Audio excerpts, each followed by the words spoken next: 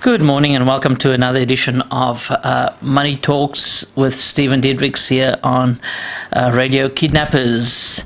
My heartfelt gratitude goes out to Ken and Jill and the team at Radio Kidnappers, and also to our sponsors for putting this show together and continuing to expand Radio Kidnappers. So today I will be sharing about being prepared. I think that's an important topic for this moment in time. I chose this topic because, we living in uncertain times with things like COVID, inflation, interest rates increasing, or rather, when are they going to increase? Will I still have a job? What type of job? What will happen to my children in the future? What will life be like for them? And while I was thinking about this, I realized that there's always been uncertain times. And yes, you may say, well, but we didn't have COVID. And I'd say, yes, that's true, but if you want to replace COVID with, a serious illness like cancer or a heart attack, I mean, a major symptom for a heart attack is sudden death, so you don't want that one. But I do agree that COVID is it does have an impact on the wider population, whereas cancer or a heart attack may have an impact on the individual and the individual family. But the point is here that there's always been uncertain times, and so what we have to do is prepare ourselves. So the question for us as individuals is how do we prepare ourselves for anything that happens in the future. And I like to think of it as us, being tested as we go along in life. And I'll just share a bit about my story. I had a job up in Auckland where I was working with an accounting firm, and 1 year before Christmas we decided to that for the new year we're going to roll out the work that I was doing. So started updating the website, brought in speech writers to write about the things that I'm going to be doing, and we're also going to do short videos where I'd be explaining the work I do and putting that out to on the website and to potential clients. So as Christmas came up, you can imagine we started the work on that. So going out to Christmas holidays, I was feeling pretty good. Gonna have a good holiday and come back and then just roll into it for the next year. First day back, I was made redundant, so that was a bit of a shock because with all the work that was put in before Christmas, redundancy wasn't even on my radar. But that's what happened. So I just point that out because there's uncertainty. You never know what's going to happen with us with that. So so the best way to plan for our uncertainty is basically to plan your future, and rather than have somebody else plan it. But together with that plan is to take action, to take action on our plan. So we may first drop straight into, that means I've got to get my finances in order. And yes, that's correct. I'd say that is something that must always be done. But I see it as only as part of the plan. And also with that, I do suggest that you get a financial planner and tailor things to your individual circumstances, because this is information only. But the other part of it is your mind and looking at yourself emotionally and your inner game. So I want to spend a bit of time on that this morning. So because I find that having my mind right helps me work through the noise and decide which way I'm going to go. So I hope that that helps you and the things we're going to discuss. So just as we start, a thing to remember, I'll take this quote that I read somewhere. It's like, we are today where our thoughts were yesterday. That's what brought us to where we are today. And we will be tomorrow where our thoughts today will take us. So with that in mind, and talking about our mind, we should remember that our thoughts come from our mind, but we are not controlled by our mind. So so you're gonna have to follow really closely with this. So it's our thinking that that controls our mind and the decisions that we make. So it's not like we can sit back and go, I'm controlled by my mind. That's incorrect. It's the thinking that you put in place that goes to your mind and then controls your action. So the key to it is thinking. And it may seem simple, but taking the time to think. And so the two things with that is taking the time, and that's an action, and then thinking. So that means you actually have to set aside time and just sit somewhere. And it's not the thing of you need to go into go for a bushwalk or something like that. If you want to, that's fine. But I don't think that's conducive to thinking, because, it's. I'm talking about constructive thinking here. So, so take the time out, think about what you want to do and your actions for the future, and consciously think about it, and then write that down. So doing the thinking, that's important, because things will happen, in life, and it's not that thinking or the way you think makes them happen. Things just happen, and how we react to it is that's what's important. So we just go deeper with that, right? So we've had COVID and lockdowns but around the world, but if we just bring it closer to home, if you look in Australia, they've got lockdowns in various states. I'm not sure if it's the whole country, but they've got lots of lockdowns in different states, and understand they're dealing with the Delta variant. So whether we think positively or negatively doesn't really matter. And the reason it doesn't matter is because they have lockdowns and they've got the Delta variant. So whether we're a positive person or a negative person, who cares? There's a Delta variant, and there's lockdowns. The thing where what's important when we look at whether we're positive or negative in our thinking, is that's important because it's how we react to the lockdowns and the different variants, because the way we think is what we tell our mind, and when we tell our mind positive or negative things, our mind gives us that back. So I'll give another example, right? That one seems a bit complicated. But over our lifetime, we'll know people that have lost their jobs. And whether that be in COVID or the global financial crisis or any time in our life, we'll know people that have lost their jobs. So how you react to losing a job could be negatively or positively, and then that dictates the messages that you tell yourself. So a negative person may may say to themselves, look, I've gone out, looked for another job, had interviews, I've got lots of no's, there's just no jobs out there, and I'm going to stop. And that person just becomes negative and destructive and starts talking to other negative friends, and it just feeds on one another. So that's the messages they're sending to their mind, and that's the messages that comes back to them repeatedly, right?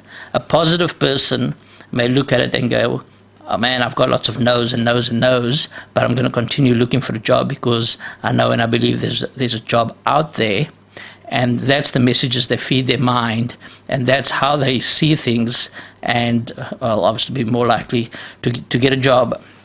And the point is, whether they were negative or positive, they still lost their job. So being positive or negative has being a positive or negative person has no impact to what's happening at the moment. It's just how you react to it, and that's what you tell your mind. So that's an important thing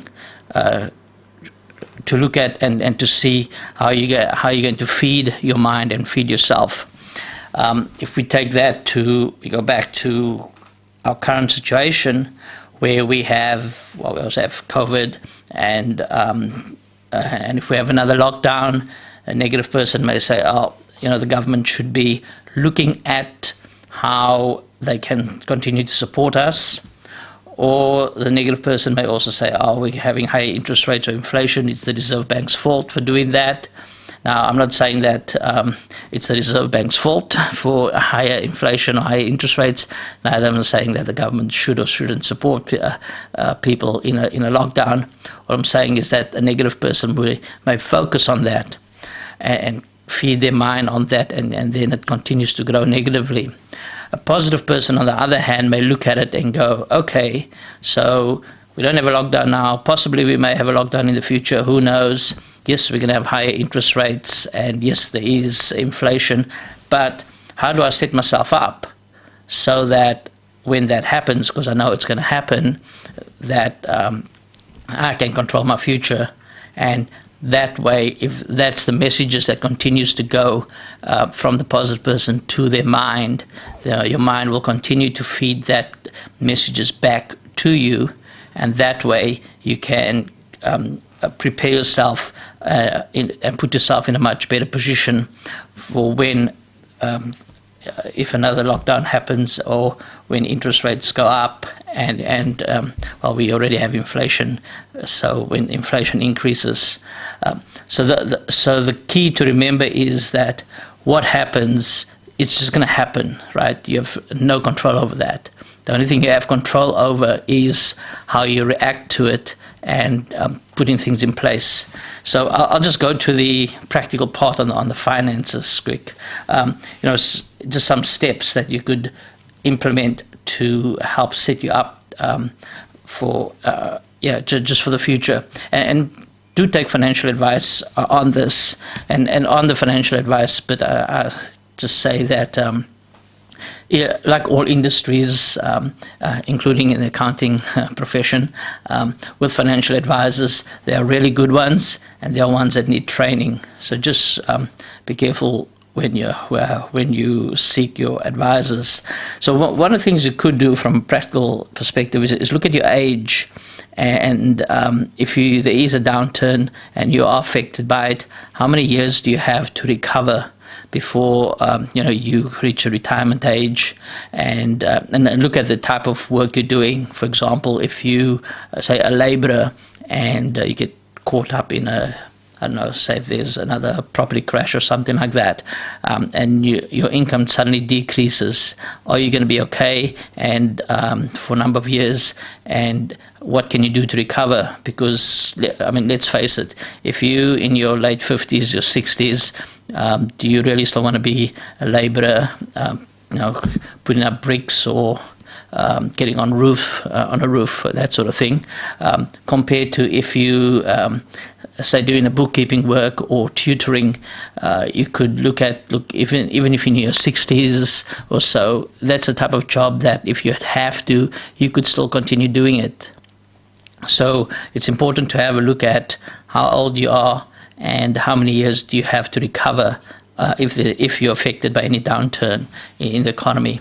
The second thing you could do is just list all your debts, and that includes non-interest bearing debt that's owed to family and then work out some sort of plan to get them all paid off.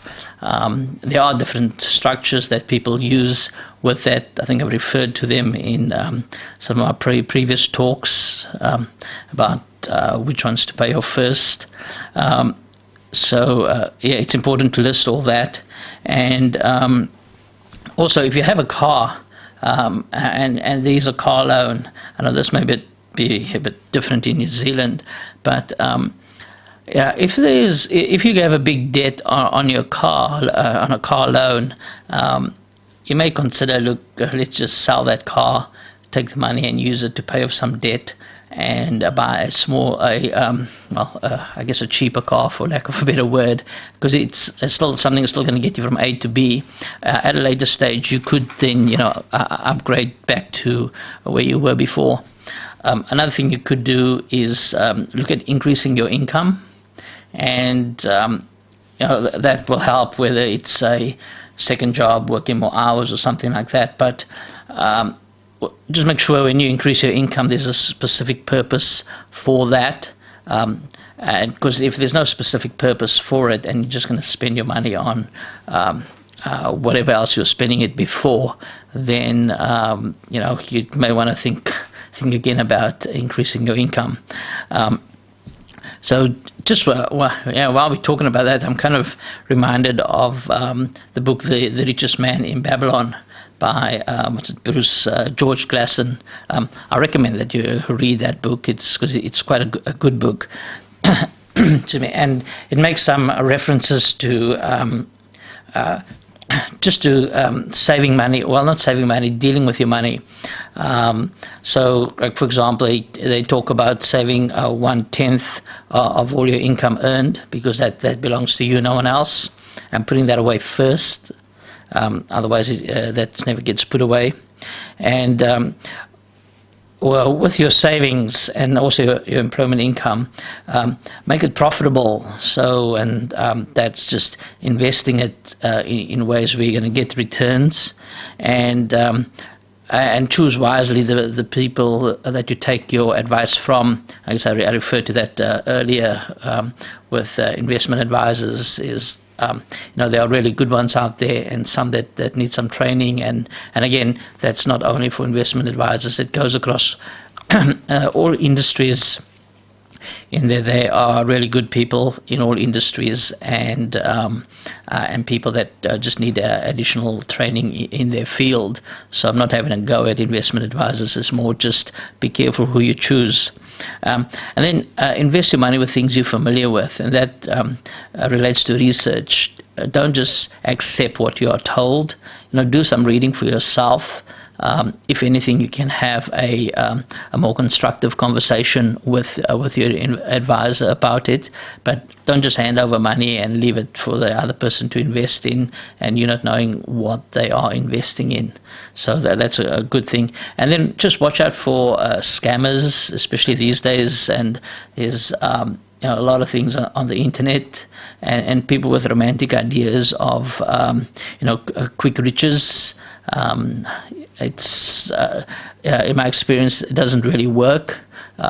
It's more there's a saying that goes, a person with lots of money who meets someone with no money and experience suddenly finds himself with the person without the money finds himself with having no money and lots of experience. So those are a couple of things to look out for. So again, there's lots of information there on material investing, and there's also lots of information on the inner game of wealth and our minds, and being positive and negative, and the impact that has on us, and how we make financial decisions.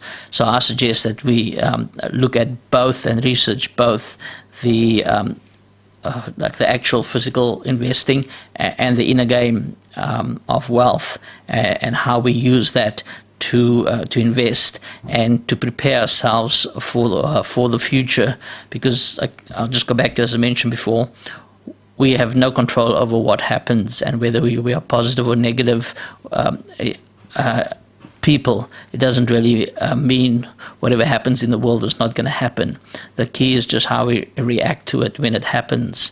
So just I'll end it there. So just keep that in mind, that how we react affects us, and it's the messages that we send to our mind, and then that is perpetuates itself with how we react to things. And if we're better prepared, we just feel better, we make better decisions as well. So for that, I'll just leave the session there, and I will speak to you again in a week's time. So this is Stephen Diedrichs from Tax Owl, your local and national accounting firm. I'll say goodbye. So stay safe and stay healthy. Thank you.